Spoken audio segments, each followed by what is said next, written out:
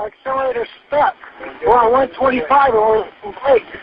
This 911 call from the driver of a 2009 Lexus ES350 prompted the National Highway Safety Administration to launch an investigation into stuck accelerator pedals and braking problems in Toyota and Lexus vehicles. Toyota is one of the premier manufacturing members of the automotive industry. What sets the tone, I believe, for how they are responding or attempting to respond to this is that they are quite embarrassed.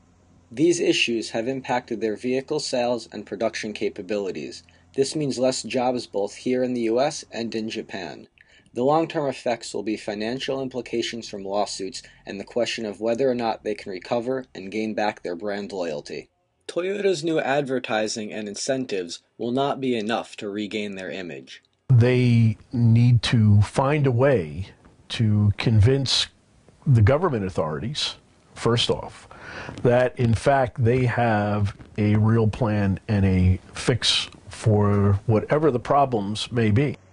If Congress decides that a more aggressive or proactive regulatory scheme is required, it will affect every manufacturer, not just Toyota. All automakers would need to deal with any new requirements, standards, or testing that may become required. It is important that the government and media focus on whether or not this is an issue unique to Toyota, or if it is a more generic issue related to the types of systems being used in automobiles today and how we can prevent this from happening in a vehicle of another make. If you know anything at all about Japanese culture, there is no second best. And I do believe that their total fabric of that corporate culture will be totally dedicated to turning this situation around.